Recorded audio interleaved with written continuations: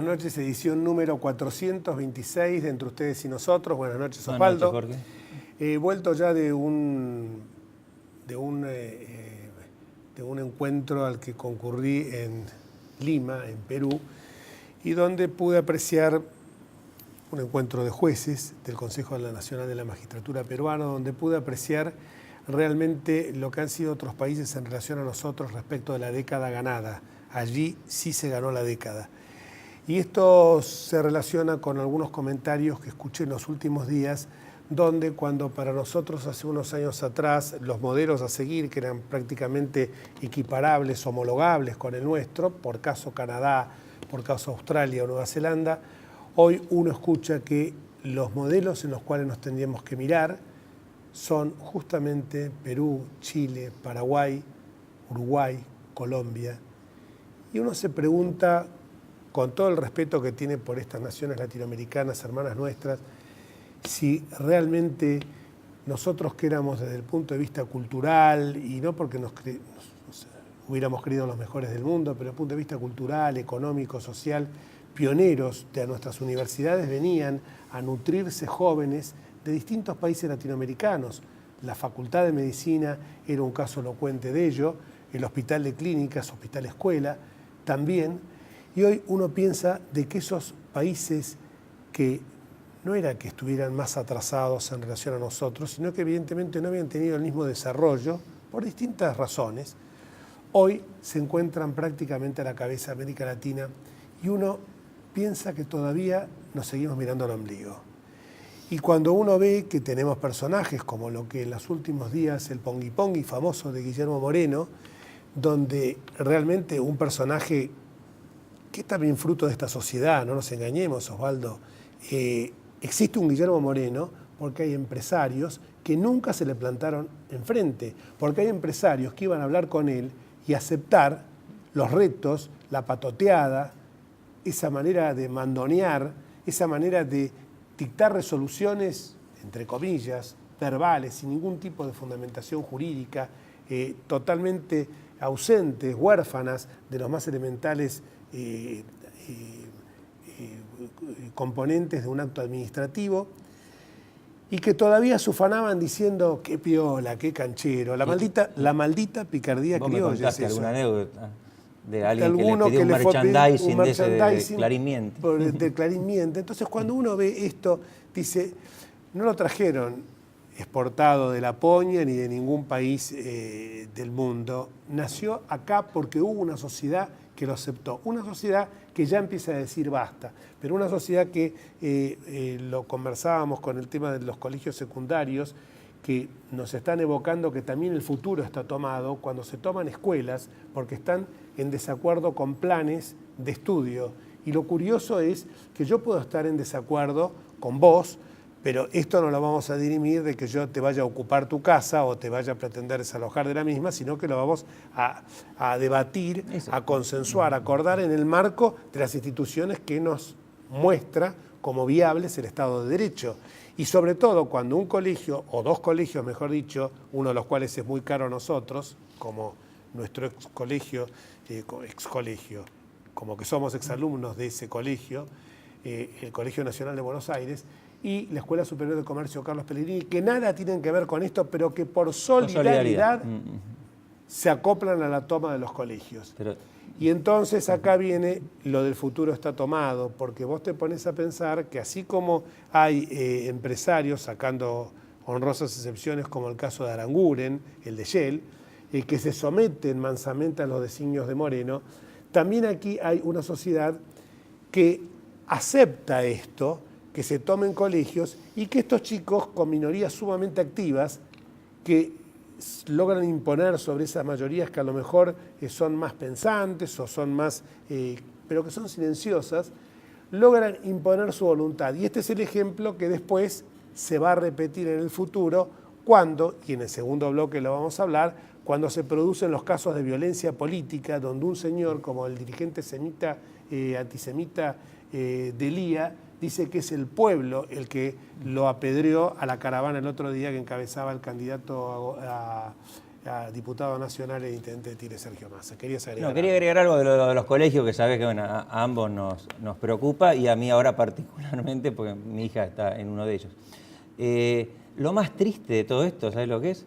El apoyo que muchos padres le brindan a los chicos que toman el colegio, porque en realidad se habla de los motivos, de la asamblea, de cuántos votos hubo. Ninguna asamblea estudiantil tiene facultad para disponer la toma de un colegio, que es un bien público, un edificio público.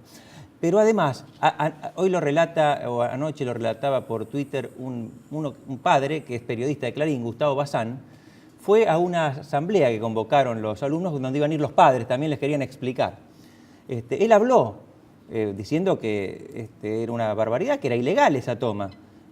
Digamos, fue el único de 120 padres que había, el único que dijo eso fue él y fue abucheado. Todos los demás hablaban de la lucha de los chicos, mencionaban los 30.000 desaparecidos, toda una serie de consignas vacías con relación al problema concreto, que nada tenían que ver. Ahora, yo no creo que esos padres representen a la mayoría. Lo que pasa es que, como decís vos, la mayoría es silenciosa o indiferente y deja actuar a estas minorías activas. Y hacen un muchachismo que no se están dando cuenta que se les va a volver en contra, porque esos chicos ven dinamitado el principio de autoridad en la escuela, y esa forma de limar ese principio esencial en cualquier sociedad, que no implica autoritarismo, como lo hemos repetido hasta el cansancio de este programa, se va a revertir también en contra de ellos. Además que tienen las mayores libertades posibles. Seguro.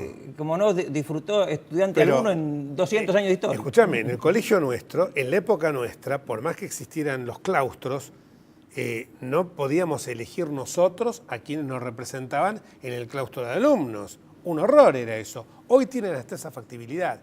Pero en un país donde la presidenta tiene que ir a Estados Unidos y tratar de ver cómo salimos de este zafarrancho de los holdouts y de la reestructuración de la deuda, la presidenta va y dice: voy a estar entre halcones y buitres. Entonces queda muy claro, y además con una expectativa desmesurada en que un fallo de la Corte Suprema va a cambiar algo, cuando, lo hablábamos antes del programa, la Corte Suprema en muy raros casos abre los recursos extraordinarios. Acá hubo fallos adversos en primera y segunda instancia para la Argentina. Ahora presentar un recurso ante la Corte Suprema, que sería algo así como el recurso extraordinario ante la Corte Suprema Argentina. Pero la Corte norteamericana es todavía mucho más restrictiva en su jurisdicción que la nuestra. Solo toma por año unos 100 o 150 casos, todos ellos de gran gravedad constitucional. El caso es un caso de derecho estadual, porque la Argentina aceptó la jurisdicción voluntariamente de los tribunales de Nueva York. Así que se aplica derecho estadual del Estado de Nueva York. En principio no sería un caso para que tome la Corte. Podría serlo si el gobierno de Estados Unidos se interesara, porque esto puede ser un precedente para otras reestructuraciones. Pero nosotros, en lugar de halagar a ese gobierno, lo estamos permanentemente, a través de la presidenta y otros funcionarios, hostilizando. Y la Cámara de Apelaciones se encargó de encapsular el caso argentino, diciendo que no generaba precedente porque este caso en particular era el de un deudor recalcitrante que además le había dicho al tribunal que si el fallo era adverso no lo iba a cumplir. Entonces, vamos a una pausa ahora, y cuando volvamos, la diputada provincial Mónica López, con la cual vamos a tratar el tema: cuando se apagan las razones, se encienden las piedras.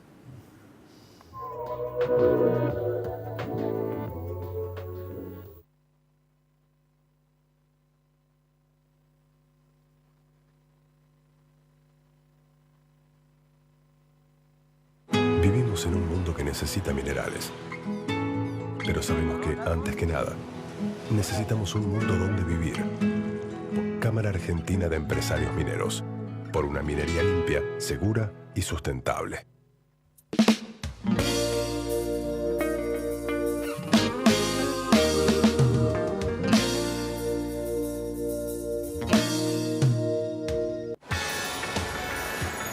¿Sabías que podés hacerte controles de salud gratuitos en los hospitales públicos de la ciudad y en cualquiera de los centros de salud y acción comunitaria que están en los barrios?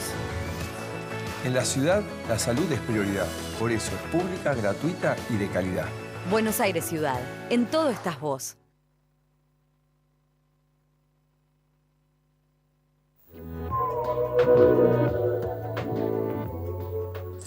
En las últimas horas, lamentablemente, volvieron a aparecer atisbos de violencia política que creíamos que estaban absolutamente sepultados. Por eso dije, cuando se acaban las razones, se apagan las razones, se encienden las piedras. Y sobre todo cuando se trata de justificar que esto ha sido una reacción del pueblo que no quiere volver a los 90. El pueblo tiene todo el derecho, hay que decir, la dirigente antisemita del IA, de volver a los 90, a los 30, a los 50 o a los 70. Si van a volver a un Estado de Derecho, a un sistema republicano, tienen todo el derecho de hacerlo y de sentir. No pensaríamos igual si pretendieran volver a épocas dictatoriales. Que seguramente habrá algunos que quizás le extrañan, porque quien es tan fuertemente autoritario y antisemita debe tener un atisbo que, si la mano hubiera venido de otra manera en ese momento, quizás hubiera acompañado, no me cabe duda. Claro, o cree que tiene escriturado el pueblo, porque o sea, perdieron catastróficamente las elecciones, pero ellos siguen siendo los representantes del pueblo, los otros no. Tenemos la foto famosa de Kirchner en plena dictadura militar con militares fotografiándose. Yo no tengo ninguna, vos tampoco. Y ya éramos grandecitos los dos. O por lo menos no éramos tan grandes, pero éramos jóvenes.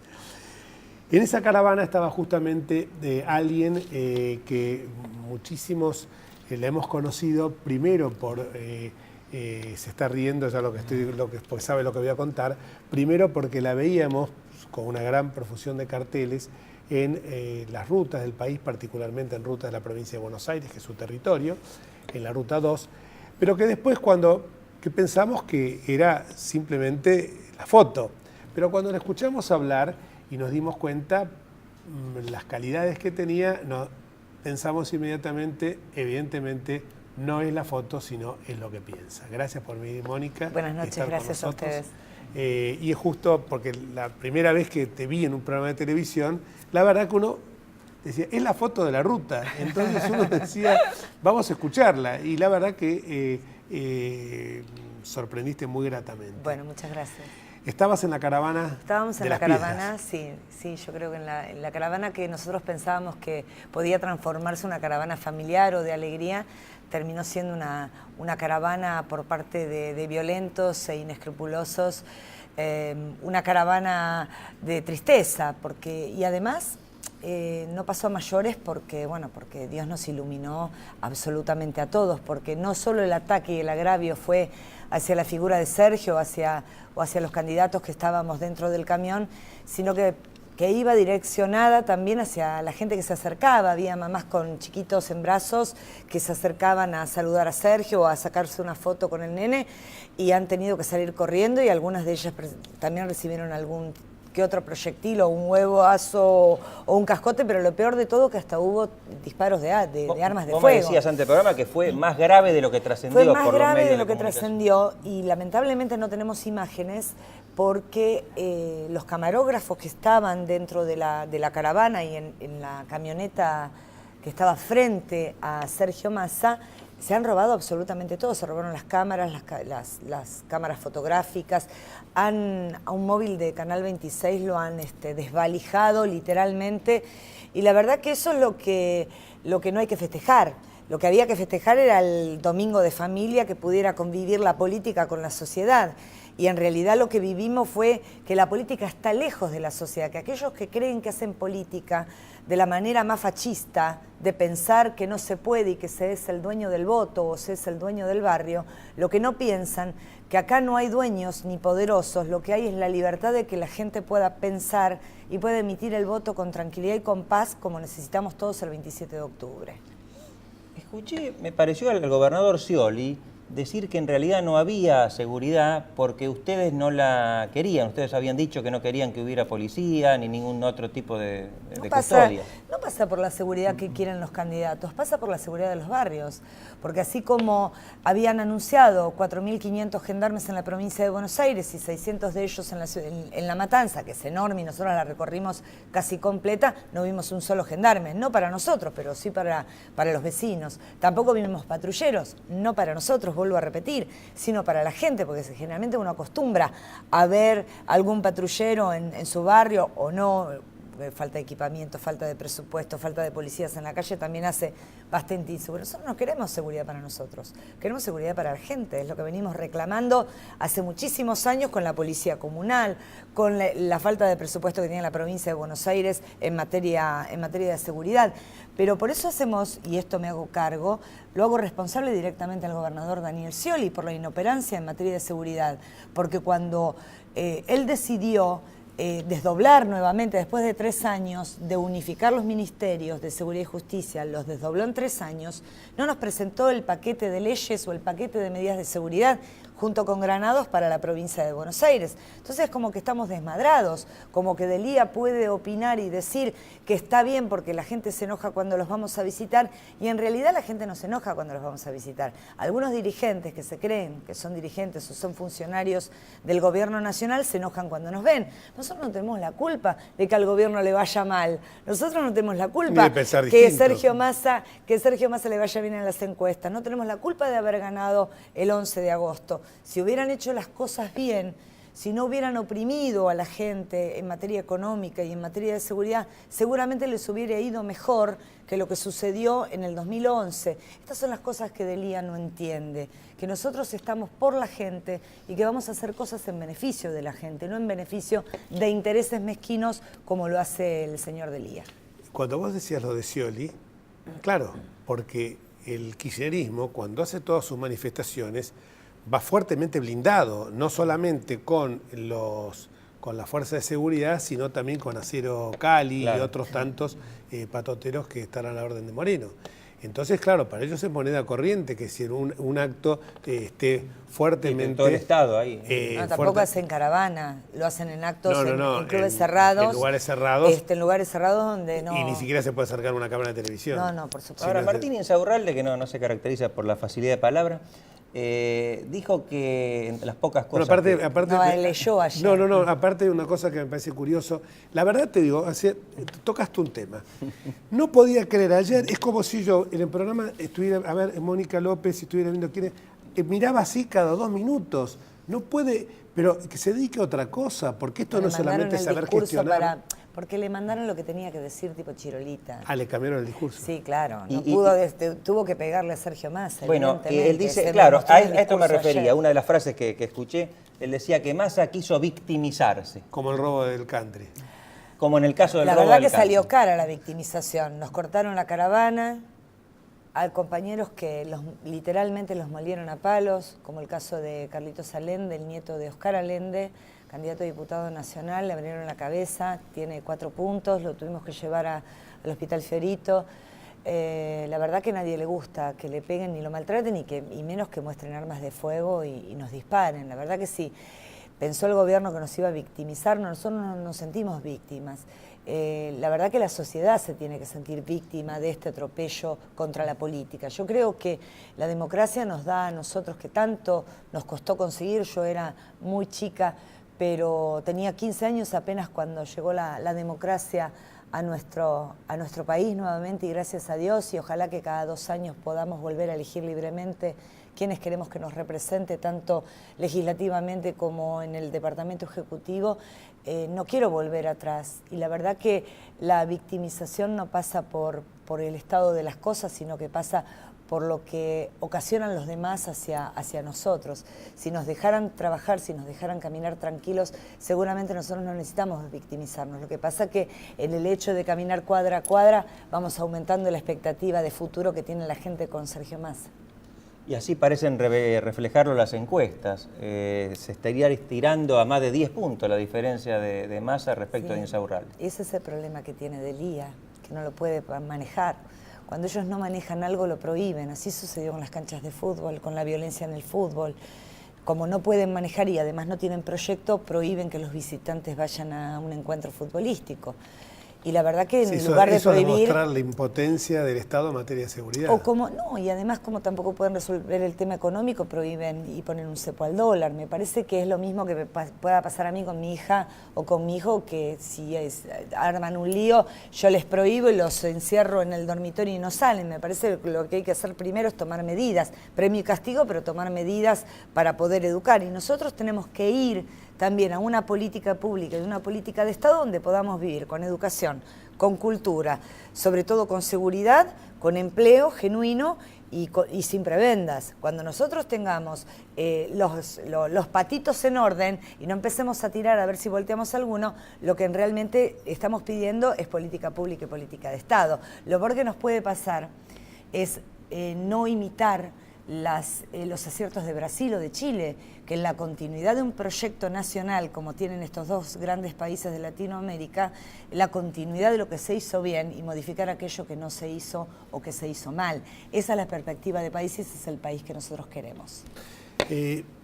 ¿Cómo ves esta política de seguridad, los bandazos que ahora del garantismo más extremo zafaroniano hemos pasado a la mano dura de los sheriff Granados y Curto? A los bifes del péndulo, del garantismo a los bifes de Granado. Yo creo que no soy abogada, pero lo que percibo es que la ley es justa y la ley no es ni de derecha ni de izquierda, es ley y hay que cumplirla, porque si no vamos a la ley Bloomberg y pasamos a la ley Zaffaroni y Arlanian, y estamos siempre en el vaivén de la falta de respuesta a la gente. Bueno, eso es falta de gestión, eso es falta de previsibilidad. Yo vengo hoy al mediodía estuve almorzando con la gente del Club del Petróleo y hablábamos esto, ¿no? Ellos tienen un problema energético muy grande, la Argentina tiene un problema energético muy grande de falta de inversión y de falta de previsibilidad. Y cuando los gobiernos se plantean gobernar 4 años, u 8 años, o 10 años sin política pública, el Estado que tiene que brindar la energía también, no tiene una perspectiva a corto plazo. La energía es una perspectiva a largo plazo por falta de inversión y además todo lo que vamos a tener que pagar, que es lo que vamos a deberle a Bolivia y a Venezuela. ¿Por qué? Porque no nos damos la posibilidad de tener la previsibilidad de la inversión en un país que necesita energías alternativas, pero también energías de luz, de gas, de agua y de petróleo. Un país que es un país con petróleo, no petrolero, podría empezar a pensar qué política pública el Estado le puede brindar para la inversión y para no tener que pensar a 10 años tomando la decisión hoy de empezar a invertir en nuestro país. Esto tiene que ver con que para tener recursos genuinos de petróleo se necesitan 5 años de inversión y estamos atrasados 10. Entonces esta se llama previsibilidad política, pero previsibilidad sobre todo de política pública a largo plazo. No, yo le quería preguntar, vos estás... No, digo, la locuacidad que tenés, Mónica, es encomiable. Insaurralde podría tomar una lección. Insaurralde se le queman los papeles. Vos como diputada provincial... Tengo maestros yo. ¿Quién? A ver. Bueno, los escucho a ustedes, escucho... No, no, pero uno aprende. No, nos pero tiramos bueno, flores. No, uno aprende. Bueno, uno aprende un maestro debe ser tu marido. Sí, obvio. Y el tema de petróleo y el tema de energía es una de las personas que me parece que sabe mucho. Que el marido hoy dio una Alberto clase magistral en el Club de Petróleo con la expectativa y la previsibilidad de la energía en nuestro país. Aclaremos que tu marido es Alberto Roberti, que es diputado nacional, porque la señora ha llegado por méritos propios a ocupar los cargos. Hay mucha gente que no sabe que está casada con un diputado nacional, que es el presidente de la Federación de Petróleo y Gas Privado y Biocombustible. No, yo preguntabas. Vos como diputada provincial y tu marido como diputado nacional, ambos deben conversar con legisladores y dirigentes también del Frente para la Victoria, porque son amigos, porque han estado en la misma fuerza política. ¿Qué opinan muchos de ellos en off de todos estos extravíos que uno ve que lleva adelante el gobierno nacional? Me río porque el peronismo sin dar nombre. No, por supuesto. El peronismo tiene esta cosa rara, también pendular, ¿no? El peronismo tiene la capacidad de oler a cala. Llegan hasta la puerta del cementerio, pero no entran. Obvio. Pero es lógico, además se va reciclando el peronismo. Porque el peronismo, yo me acuerdo cuando Néstor y Cristina decían en Santa Cruz que Menem era el mejor presidente de la nación cuando inauguraron la pista. Digo, estas cosas son las que no hay que desconocer. Parrilli defendiendo la privatización. Y hoy estatizando YPF, de la cual estoy de acuerdo, que no es la estatización completa, sino la posibilidad que tiene el país de tener divisas propias. Totalmente de acuerdo. Y una parte privatizada y una parte de Estado, que es lo que tendría que ser, así funciona Brasil también. Lo que digo es que no hay que desconocer de dónde uno viene. Y uno viene del peronismo, y desconocer lo que es el peronismo y la fuente del peronismo es cometer un error. No hay que desechar aquello por lo cual uno pasó y aprendió. No hay que desconocer la realidad. Y hoy el peronismo y el Frente para la Victoria vive esto. Hay una transición de 2 años donde se va a reciclar el peronismo seguramente, y muchos dirigentes del Frente para la Victoria, hoy del Frente para la Victoria, van a terminar buscando un lugar dentro del Frente Renovador, con límites. Como dice Sergio, con límites, no Seguro, es para todos. Seguro. La bienvenida no es para todos, la fiesta del Frente Renovador no es para todos, hay límites. Delía es uno de ellos, La Cámpora es uno de ellos, Kunkel es uno de ellos. ¿Por qué? Porque han sido demasiado combatientes contra los que pensamos distintos. Siendo peronistas, pensamos de otra manera, pero que es la libertad también. Claro, ¿no? pero es porque ellos han sido antirrepublicanos en su metodología. Entonces, ese es el límite que yo creo que toda fuerza política les tiene que imponer. Y además porque se acercaron a ese calor oficial que todo lo calcina, que todo lo quema, lo chamusca. Y entonces creo que no tienen retorno.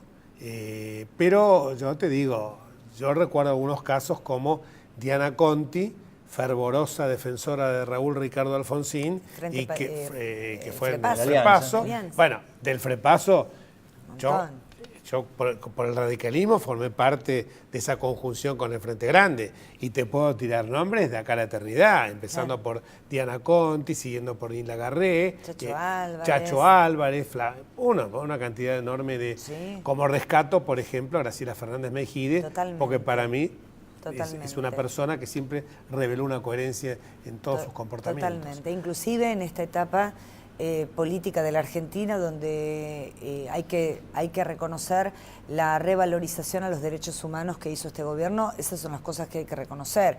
Sin embargo, Graciela Fernández Mejide dijo, no todos son santos, por lo tanto eso también hay que valorizar. Seguro. La objetividad de Graciela, ¿no? ¿Querías? No, entonces seguimos con lo de las valijas. Vos imaginás que habrá... nosotros vemos en off es que hay muchos, nos pasa a todos. A mí también me pasa que algunos que digo, ¿y cuándo? No, todavía me dice, todavía no es el momento. Habrá salto en garrocha. Sí, seguramente, bueno, pero tiene que ver con que hay un límite que lo marca la Constitución, que no hay reelección, que se termina en el 2015 el gobierno de Cristina, que es lógico y normal, y gracias a Dios que se cumpla con la Constitución, y seguramente muchos compañeros que son valiosos van a entrar a un nuevo sistema electoral también. Muchísimas gracias, Mónica, la verdad que te quedó corto el programa. Bueno, muy amable. Las propuestas abundaban. Hasta el próximo martes, nosotros nos vamos, si Dios quiere. Chao.